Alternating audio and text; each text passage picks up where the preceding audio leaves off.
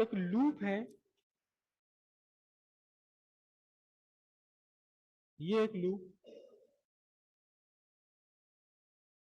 Conducting wire का बना हुआ। अगर आप इसे एक मैग्नेटिक फील्ड में एक्सपोज कर दें, एक ऐसा मैग्नेटिक फील्ड जो वेरिएबल हो। वेरिएबल कैसे हो सकता है कि इस मैग्नेट को आप टू एंड फ्रो, आगे पीछे मूव करा दें। मैग्नेट को आप ऐसे मूव कराते रहें तो जो भी मैग्नेटिक फील्ड इस इस लूप पर है वो मैग्नेटिक फील्ड लगातार बदलता रहेगा। जब आप पास ला रहे हैं मैग्नेटिक फील्ड बढ़ेगा, जब दूर ले जा रहे हैं मैग्नेटिक फील्ड घटेगा, जब पास ला रहे हैं घटेगा। तो क्या रहेगा, चाहे मैग्नेटिक फील्ड बढ़ रहा हो मैग्नेटिक फील्ड घट रहा हो, जब मैग्नेटिक फील्ड इंक्रीज डिक्रीज होगा तो magnetic flux link with the loop भी चेंज होगा। और यहाँ क्या होगा, यहाँ एक करंट इंड्यूस हो जाएगी, यहाँ एक करंट इंड्यूस हो जाएगी। सिंपल सी बात है, इलेक्ट्रोमैटिक इंडक्शन। ठीक है, अब इस लूप को मैं ऐसे बना रहा हूं जैसे कि यहाँ इस पेपर पर ये लूप रखा हुआ हो, जैसे कि पेपर पर ये लूप रखा हुआ हो। ये लूप मैंने यहाँ बनाया जैसे कि लूप यहाँ रखा हुआ है, इस सरफेस पर रखा हुआ है। सिंपली ये समझ लो जैसे ये लूप रखा हुआ है। अब एक मैग्नेट, मैग्नेट को आप मूव कर रहे हैं कैसे, ये मैग्नेट, मैग्नेट को आप ये मूव कर रहे हैं, ये मैग्नेट का मोशन है। तो मैग्नेट से निकलने वाली magnetic field lines continuous variable रहेंगी और यहाँ करंट इंड्यूस होगी, कभी क्लॉकवाइज कभी एंटी क्लॉकवाइज, लेकिन करंट इंड्यूस होगी। एक मैं और लूप ले लेता हूं, जो लूप बिल्कुल ठीक इसके अंदर टच करके आ रहा है, जो लूप इसके अंदर ठीक टच करके आ रहा है, छोटा है लेकिन बस पहले वाले लूप के अंदर फंसा हुआ। और फिर मैंने वही कंडीशन करी, मैग्नेट को मूव किया, तो क्या होगा, जो अंदर वाला लूप है इसके अंदर इसमें भी एक इंड्यूस रहेगी करंट। एक और लूप मैंने बना लिया जो इन बाकी दोनों लूप के अंदर फंसा हुआ है, जस्ट जस्ट फंसा हुआ। और इस तरह के मैंने बहुत सारे लूप ले लिए, बहुत सारे लूप ले लिए। और कब तक ये लूप में बनाता चला गया, जब तक कि ये सेंटर तक पहुंचे। इस तरह के बहुत सारे लूप बना लिए, ठीक एक दूसरे के अंदर फंसे हुए, एक दूसरे के अंदर रखे हुए।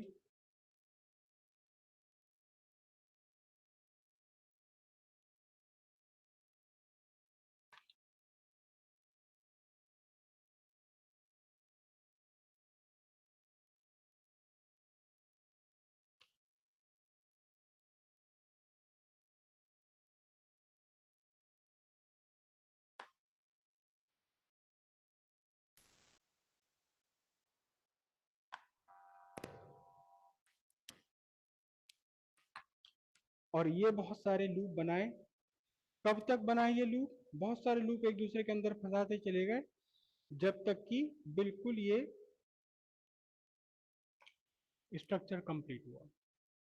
और जब आप एक मैग्नेटिक फील्ड में इसको एक्सपोज करते हैं, ऐसे मैग्नेटिक फील्ड में जो कंटिन्यूसली वेरिएबल कर रहा हो, तो इसमें से हर एक लूप में, हर एक लूप में करंट इंड्यूस होगी। करंट इसलिए इंड्यूस हो जाएगी क्योंकि हर एक लूप अपने आप में क्लोज सर्किट है, पूरा कंप्लीट लूप है। ईएमएफ इंड्यूस होगा, ईएमएफ इंड्यूस होगा, और क्योंकि कंप्लीट लूप है करंट को चलने के लिए पूरा रास्ता अवेलेबल है, तो करंट इंड्यूस हो जाएगी। ठीक है, अब बस एक चेंज इसमें कर लो, क्या, कि ये सारे लूप आपस में जुड़े हुए हैं, अलग अलग वायर्स के नहीं है, बल्कि ये सारे के सारे लूप आपस में जुड़े हुए हैं। तो ये एक्चुअल में क्या बन गया, डिस्क बन गया। लूप ना रहकर अब ये क्या बन गया, अब एक डिस्क बन गया, सिक्के जैसा स्ट्रक्चर बन गया है, थाली के जैसा स्ट्रक्चर बन गया।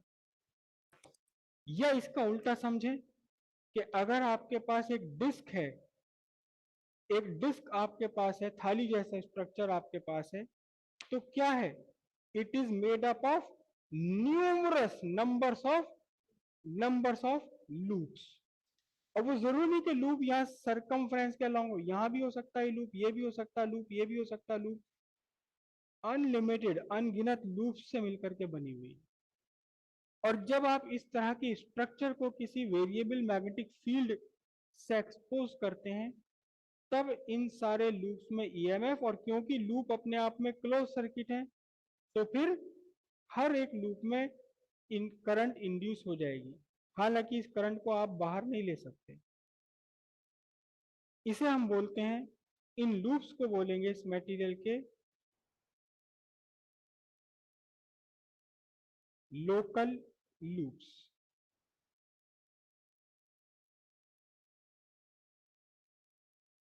क्या बोलेंगे, लोकल लूप्स। इस मटेरियल में लोकल लूप्स बन गए, और इन लोकल लूप्स में जो ये करंट इंड्यूस हो रही है, जो हमें पता ही चलता, दिखाई नहीं देती, इस करंट का एक स्पेशल नाम है, जिन्होंने इन्वेंट किया था उन्हीं के नाम पर एडी।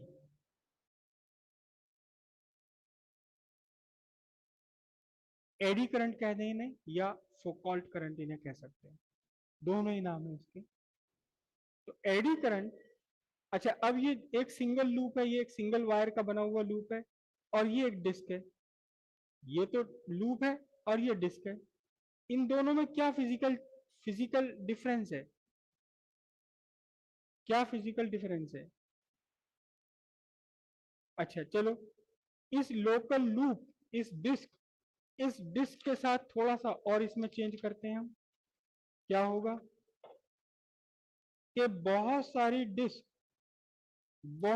डिस्क एक दूसरे के ऊपर नीचे रख दो, बहुत सारी डिस्क, जैसे सिक्कों का आपने ढेर लगा दिया, एक डिस्क ये रही, फिर इसके नीचे एक और डिस्क, फिर उसके नीचे एक और डिस्क, फिर उसके नीचे एक और डिस्क, उसके नीचे एक और डिस्क, और ये पूरा स्ट्रक्चर अब क्या बन जाएगा, ये पूरा का पूरा स्ट्रक्चर आप सिलेंडर बन जाएगा। और अगर आप इस सिलेंडर को एक्सपोज कर रहे हैं, किससे एक्सपोज कर रहे हैं, एक वेरिएबल मैग्नेटिक फील्ड से आप एक्सपोज कर रहे हैं, तो क्या होगा, इसके अंदर वो लोकल लूप्स बनने की पॉसिबिलिटी और भी ज्यादा हो गई, क्योंकि यहाँ सिंगल प्लेन में भी बन सकता है, ऐसे भी बन सकता है लूप, ऐसे भी बन सकता है, कहीं भी बहुत सारे लूप बनने के चांसेस हो गए। कौन से लूप, लोकल लूप्स। तो ये पूरा का पूरा स्ट्रक्चर, ये पूरा का पूरा स्ट्रक्चर कहलाएगा क्या, it is a material in bulk. What is this, material in bulk, जो लूप का या कॉइल का ही एक्सटेंडेड फॉर्म है। अब वो मटेरियल इन बल्क किसी भी शेप में हो सकता है, सिलेंडर भी हो सकता है, क्यूब भी हो सकता है, क्यूबॉइड भी हो सकता है, कुछ भी हो सकता है, मटेरियल इन बल्क कुछ भी हो सकता है वो, ठीक है। तो एडी करंट्स या फोकॉल्ट करंट क्या हुई, वो करंट जो बल्क मटेरियल में इंड्यूस हो, कब, जब इस मटेरियल को वेरिएबल मैग्नेटिक फील्ड से एक्सपोज किया जाए।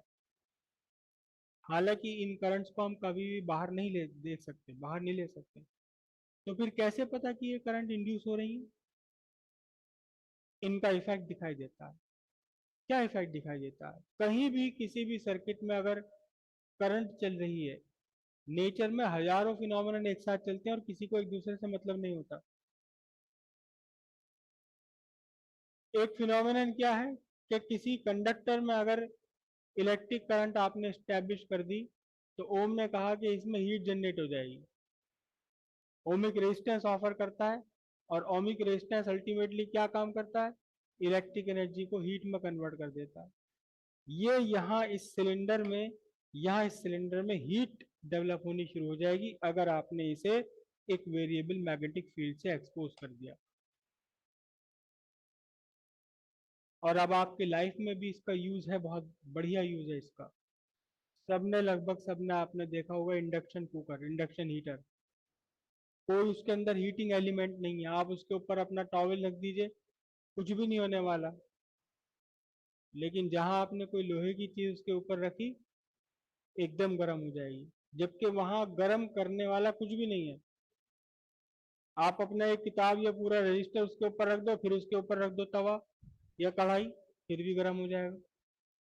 वहां एक बहुत स्ट्रांग और बहुत तेजी के साथ बदलने वाला मैग्नेटिक फील्ड बनाया जाता है उस नीचे जो आपका कुक टॉप है।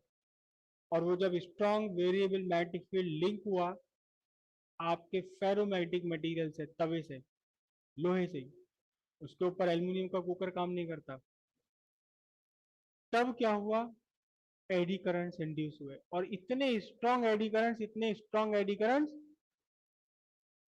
कि आपका खाना बन गया उसमें, इतना strong eddy current. Eddy currents हमेशा इलेक्ट्रिक एनर्जी को हीट एनर्जी में कन्वर्ट कर देते हैं। ये फैन है, चल रहा है, आधा घंटे बाद 15-20 मिनट के बाद इसे आप हाथ लगाकर देखें बंद करने के बाद तो ये गर्म लगेगा, जबकि इसके अंदर कोई हीटिंग एलिमेंट नहीं है, हीटर इसमें नहीं है। जो रूम हीटर आप यूज करते हैं या आपके गीजर में जो हीटर लगा हुआ है, वहां एलिमेंट है, उसका पर्पज ही हीट बनाना है। आपको साफ दिखाई देता है हीटर में लगा हुआ एलिमेंट गर्म होने लगा, वहां उसका पर्पज ही गर्म होना है, गर्म होना ही उसका पर्पज है। तो गर्म हो गई वो, जब बनाया गया उसे गर्म होने के लिए। लेकिन आपका फैन है, इसमें कहीं कोई हीटिंग एलिमेंट नहीं है, फिर भी गर्म हो रहा है, क्योंकि इसके अंदर जो आयरन कोर लगी हुई है वहां एडी करंट्स इंड्यूस होते हैं, जबरदस्ती इंड्यूस हो जाते हैं, क्योंकि ऑल्टरनेटिंग करंट है, वेरिएबल मैग्नेटिक फील्ड है, बिना वेरिएबल मैग्नेटिक फील्ड के घूमेगा नहीं, और मैग्नेटिक फील्ड वेरिएबल करने से एडी करंट्स इंड्यूस हो जाते हैं, तो जबरदस्ती इंड्यूस होते हैं। तो दो नुकसान इसके। पहला नुकसान, electric energy unnecessary heat energy में कन्वर्ट हो रही है, जो आप चाहते नहीं है। पंखे का पर्पज हीट देना नहीं है, लेकिन फिर भी वो जबरदस्ती हीट हो रहा है। पहला पहला नुकसान, unnecessary electric energy unnecessary heat में कन्वर्ट हो रही है। दूसरा नुकसान, कभी कभी ये हीट इतनी ज्यादा डेवलप हो जाती है कि आपके अप्लायंस में non reversible physical changes create कर देता है, जिसे आपका मिस्त्री कहता है जी फूक गया, जिसे नॉर्मल वर्ड में कहा जाता है फूक गया जी, इसे तो दोबारा बंधवाना पड़ेगा तुम्हें, अब दोबारा बंधवाना पड़ेगा। बंधवाने का मीनिंग ये कि वहां जो कॉपर वायर लगा हुआ था वो कहीं से इतना हीट हो गया कि हीट होकर मेल्ट हुआ और मेल्ट होकर टूट गया। अब उसमें करंट फ्लो करने का रास्ता ही बंद हो गया, खत्म, रास्ता ओपन हो गया। तो पूरा कॉपर वायर निकाल कर नया कॉपर वायर, जिसे मिस्त्री कहता है जी बंधवाना पड़ेगा दोबारा। तो ज्यादातर केस में एडी करंट्स एक हैजर्ड है, एक परेशानी का सबब है। जब परेशानी का सबब है तो क्या करेंगे, कोशिश करेंगे इसे कम किया जाए। फ्रिक्शन है, आप फ्रिक्शन के बिना इस चेयर पर बैठ ही नहीं सकते, ये फ्रिक्शन ही है जो आपको रोके हुए है, ये फ्रिक्शन ही है जो मुझे रोके हुए है, वरना मैं खड़ा नहीं हो सकता यहाँ। लेकिन जब आप अपनी बाइक चला रहे हैं, ऑटोमोबाइल चला रहे हैं, या और भी सिंपलेस्ट केस में आप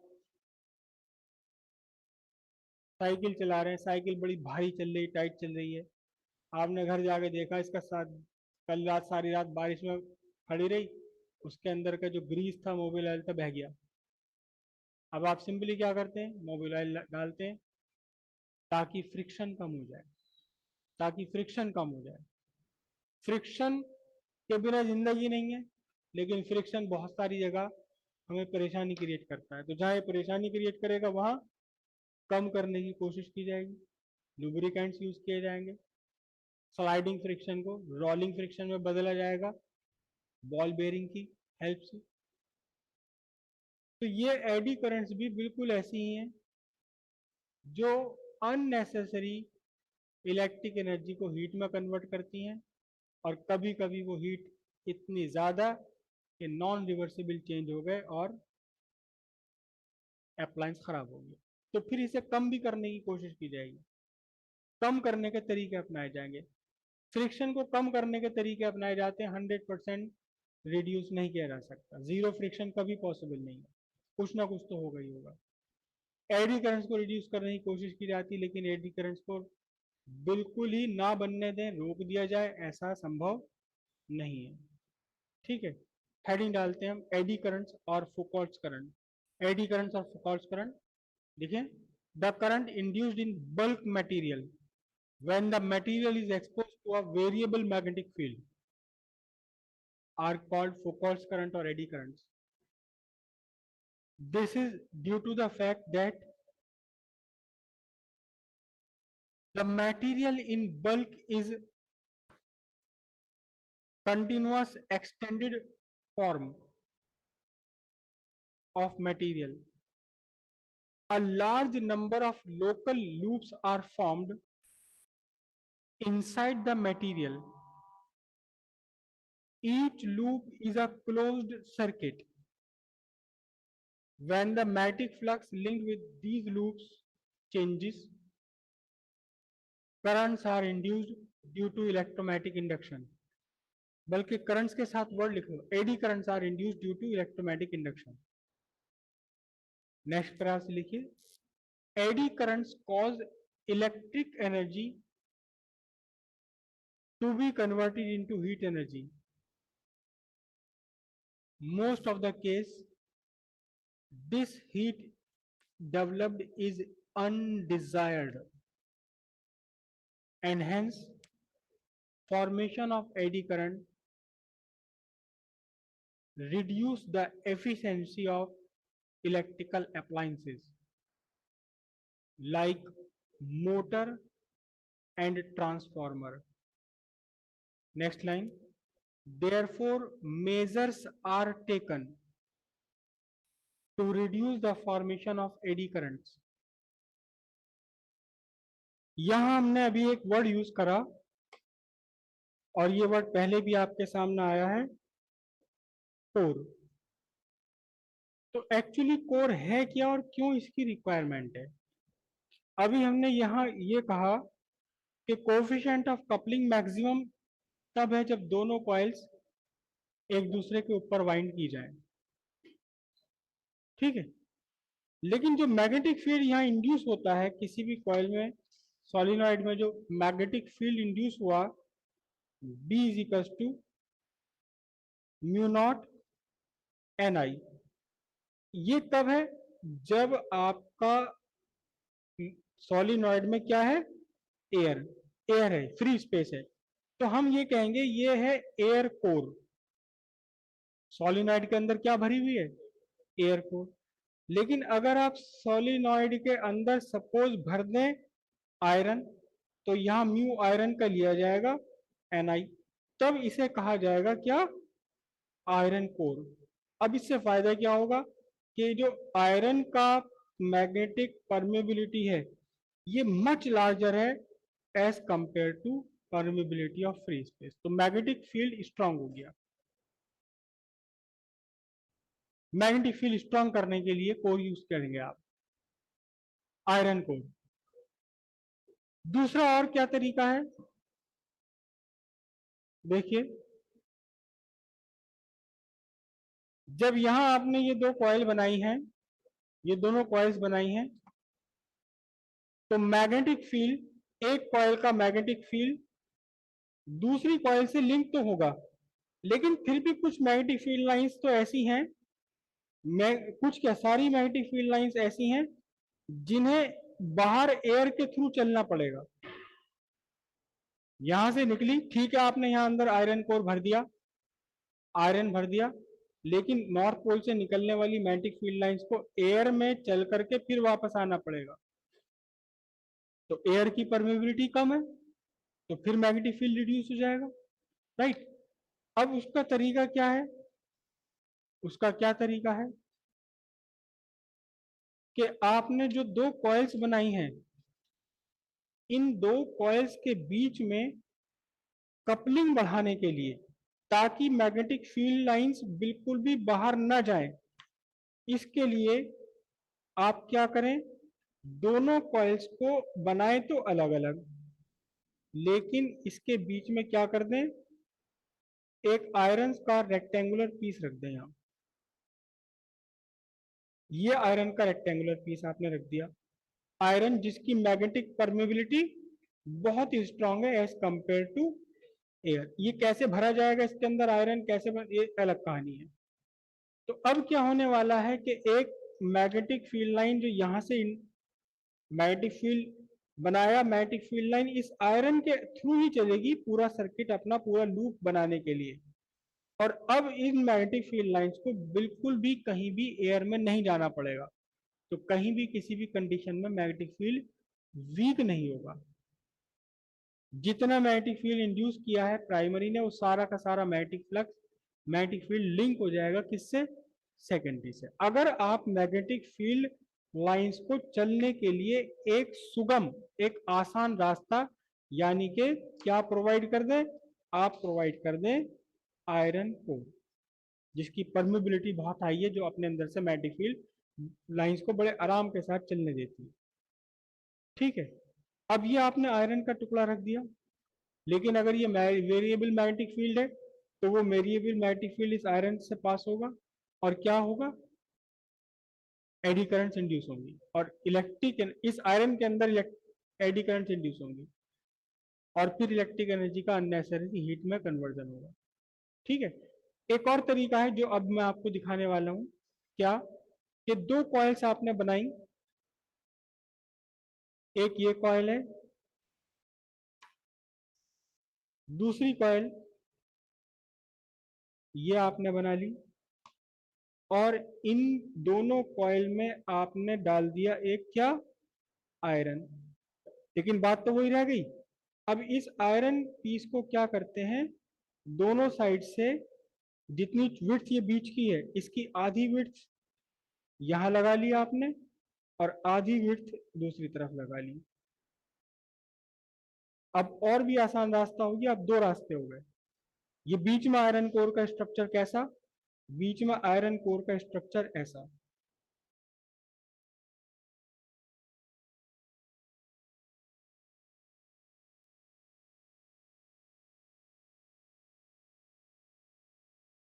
ये पूरा आयरन कोर।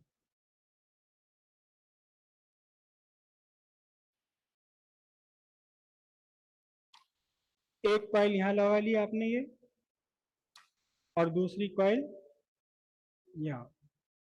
तो अब इससे फायदा क्या हुआ कि एक कॉइल जो मैग्नेटिक फील्ड लाइंस प्रोड्यूस कर रही है, उसको वापस आने के लिए, घूम के आने के लिए अब दो रास्ते मिल गए, और भी बढ़िया कपलिंग हो गई। तो ये आयरन का ब्लॉक लगाना पड़ेगा, ये आयरन का ब्लॉक है, दोनों कॉइल्स और ये बीच में आयरन। एक कॉइल ये रही, दूसरी कॉइल ये रही, इस कॉइल के दोनों सिरे यहाँ, दूसरी कॉइल का दूसरा सिरा टूट गया, छोटा सा रह गया, ये रहा। अब इनके बीच में आयरन ब्लॉक लगाना, ताकि यहाँ मैग्नेटिक फील्ड लाइंस जो बने, वो या तो यहाँ से घूम करके या फिर इधर से घूम करके वापस अपना सर्किट कंप्लीट कर सकें। तो ये पीस लगाना है। अब जरा आप ध्यान से देखें, आपको वहां भी प्रोजेक्टर पर भी क्लियर हो ही रहा होगा ये सारा। ये पीस सिंगल आयरन पीस नहीं है, बल्कि क्या है ये, बल्कि ये है आपके छोटे छोटे से पतले पतले से स्ट्रिप्स, ये पतले पतले से स्ट्रिप्स हैं। हाँ, दिख ही रहे हैं सबको, आपको क्लियर। ये आपके क्या है, देखिए यहाँ से हिल रहा है, ये पूरा क्या है, ये एक स्ट्रिप है, ये स्ट्रिप है, ये पतले पतले आपस में एक दूसरे से बिल्कुल अलग स्ट्रिप्स हैं ये। इतना मोटा आयरन का पीस ना लगा करके क्या कर लिया गया, पतले पतले स्ट्रिप्स को मिला करके ब्लॉक बनाया गया। इन स्ट्रिप्स की स्पेशलिटी क्या है कि ये पतले पतले स्ट्रिप्स, ये पतले पतले स्ट्रिप जो मिलकर के पूरा आयरन का ब्लॉक बना रहे हैं, इनके इस सरफेस पर, जो सरफेस अभी हमारे दिखाई दे रही दबी हुई है, उस सरफेस के ऊपर लैमिनेशन लगा हुआ है। मतलब इलेक्ट्रिसिटी का नॉन कंडक्टिंग मटेरियल, सिंपल सी बात है, वार्निश। वार्निश आप सबने देखी होगी, पेंट होता है एक तरह का ट्रांसपेरेंट पेंट, वार्निश लगी हुई है। फिर आपने मिला दिया, फिर इस पर भी वार्निश लगाई, तीसरा रख दिया, फिर इस पर वार्निश लगाई, फिर रख दिया। तो इससे क्या हुआ, इससे आपका हुआ ये कि यहाँ इस मटेरियल में जब मैग्नेटिक फील्ड लाइंस मूव करेंगी तो कम से कम ये वाले लूप बनने की चांसेस नहीं रहे। कैसे?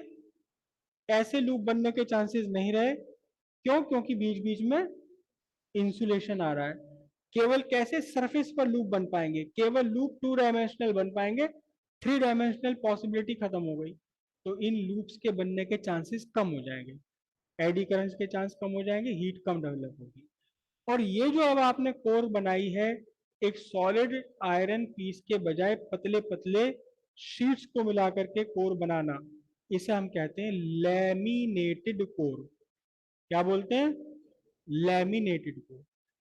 तो सबसे बड़ा मेजर है ये कि कहीं अगर आपको एक सिंगल आयरन पीस यूज करना है तो एक सिंगल आयरन पीस यूज ना करके क्या कर लिया जाए, पतली पतली एक दूसरे से इलेक्ट्रिकली इंसुलेटेड पतली मेटल आयरन शीट्स को मिला करके पूरा ब्लॉक बनाया जाए। और अब आप कहेंगे कि ये कोर कैसा कोर है?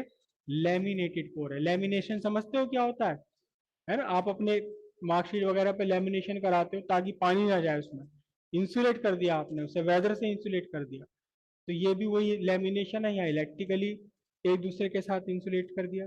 तो पहला मेजर तो यही है, सबसे आसान, कि लैमिनेटेड कोर यूज की जाए। इससे भी ऊंचा, इससे भी ऊंचा क्या क्या होता है कि वहां फिर ये जो शीट है, शीट के बजाय बहुत छोटे छोटे आयरन के पार्टिकल्स मिला करके एक ब्लॉक बना लिया जाएगा। बारीक बारीक आयरन के पार्टिकल्स, कितने बारीक पार्टिकल, जैसे रेत। फिर उन्हें एक स्पेशल प्रोसेस से, सिंपल सी बात है, रेत में क्या मिला दो, रेत में आप पेंट मिला दीजिए, उसे भर दीजिए कहीं ठोक करके, तो जो उनके बीच का पेंट है वो उसे जाम कर देगा, रोक लेगा। तो ऐसे ही उनको बना दिया जाता है। तो वहां 2 डायमेंशनल भी डिक्रीज हो गई पॉसिबिलिटी। किसकी पॉसिबिलिटी डिक्रीज हो गई? एडी करंट्स के बनने की, और भी कम हो गया। या इससे भी ऊपर एक टेक्निक और यूज की जाती है, वो आज मेरे पास है नहीं। अगर हम इस मटेरियल को, ये जो मटेरियल है जिसमें मैग्नेटिक फील्ड लाइंस का फ्लो बनना है, मैग्नेटिक फील्ड लाइंस जिसमें चलनी है, अगर हम यहाँ मटेरियल ही ऐसा ले लें जो नॉन कंडक्टर हो इलेक्ट्रिसिटी के लिए, लेकिन उसकी मैग्नेटिक परमिबिलिटी हाई हो। देखिए, आयरन है, आयरन की मैग्नेटिक परमिबिलिटी लगभग लगभग 2000 2500 गुना है एयर से, लेकिन इसके साथ साथ ही इलेक्ट्रिकल कंडक्टर भी है, मैग्नेटिक कंडक्टर भी है, मैग्नेटिक फील्ड लाइंस भी अपने अंदर से पास करने देता है आराम से, हाई मैग्नेटिक परमिबिलिटी है, हाई ससेप्टिबिलिटी है, आराम से मैग्नेटाइज डीमैग्नेटाइज हो जाता है। लेकिन फिर इलेक्ट्रिक करंट भी तो चलने देता अपने अंदर से, इलेक्ट्रिक करंट बनी, चली और हीट डेवलप हुई। अगर एक ऐसा मटेरियल यूज कर लिया जाए जो इलेक्ट्रिक करंट्स के लिए तो नॉन कंडक्टर हो, लेकिन मैग्नेटिक फील्ड लाइंस के लिए बढ़िया हो, यानी हाई मैग्नेटिक परमिबिलिटी हो, और रेजिस्टेंस कैसा हो, इलेक्ट्रिकल रेजिस्टेंस, ओमिक रेजिस्टेंस बहुत ऊंचा हो, तो फिर इनके चांसेस और कम हो जाएंगे। तो वो एक नया मटेरियल जो यूज हो रहा है आजकल, फेराइट, FERRIT, फेराइट, कोयला सा लगता है देखने में बिल्कुल वो, इलेक्ट्रिसिटी का नॉन कंडक्टिंग है, ऑलमोस्ट नॉन कंडक्टिंग है, इलेक्ट्रिसिटी नहीं चल पाती, लेकिन उसकी मैग्नेटिक परमिबिलिटी काफी हाई होती है, काफी हाई होती है। हालांकि आयरन से तो कम है, लेकिन फिर भी कंप्रोमाइज करके वो आयरन से बेटर बन जाएगा, लेकिन उसकी अपनी लिमिटेशन है, वो पंखे में नहीं लग सकता। ठीक है। इस पर एडी करंट्स पर बहुत क्वेश्चन एग्जाम में आ रहे हैं, बहुत क्वेश्चन एग्जाम में आ रहे हैं, बहुत ही क्वेश्चन एग्जाम में आ रहे हैं। हर दूसरे तीसरे साल एक क्वेश्चन एग्जाम में आ जाता है, और क्वेश्चन ए वही घिसा पीटा एक question, what are eddy current, what are the defect, what are the drawbacks and how will you reduce. तो सिंपल सी बात आपको बतानी है, एडी करंट्स क्या है, क्या इसका इफेक्ट है।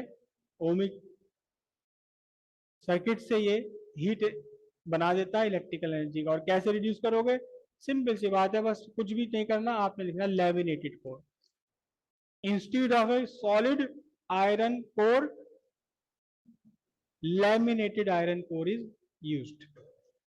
कभी क्वेश्चन ये भी आ सकता है कि लैमिनेटेड आयरन कोर क्या है, तो इस सब को हम लिख लेते हैं।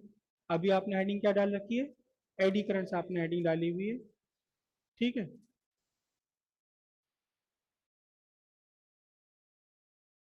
तो आपने लास्ट में क्या लिखा था, मेजर्स आर टेकन, ठीक है। लिखिए in appliances like transformer and electric motors, in appliances like transformer and electric motor, iron is to be used as core material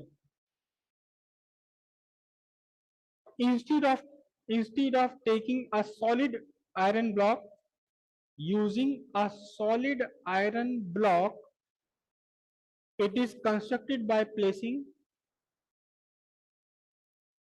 one over the other thin iron sheets electrically insulated from each other, called laminated core. The electrical insulation between sheets interrupt the formation of eddy currents,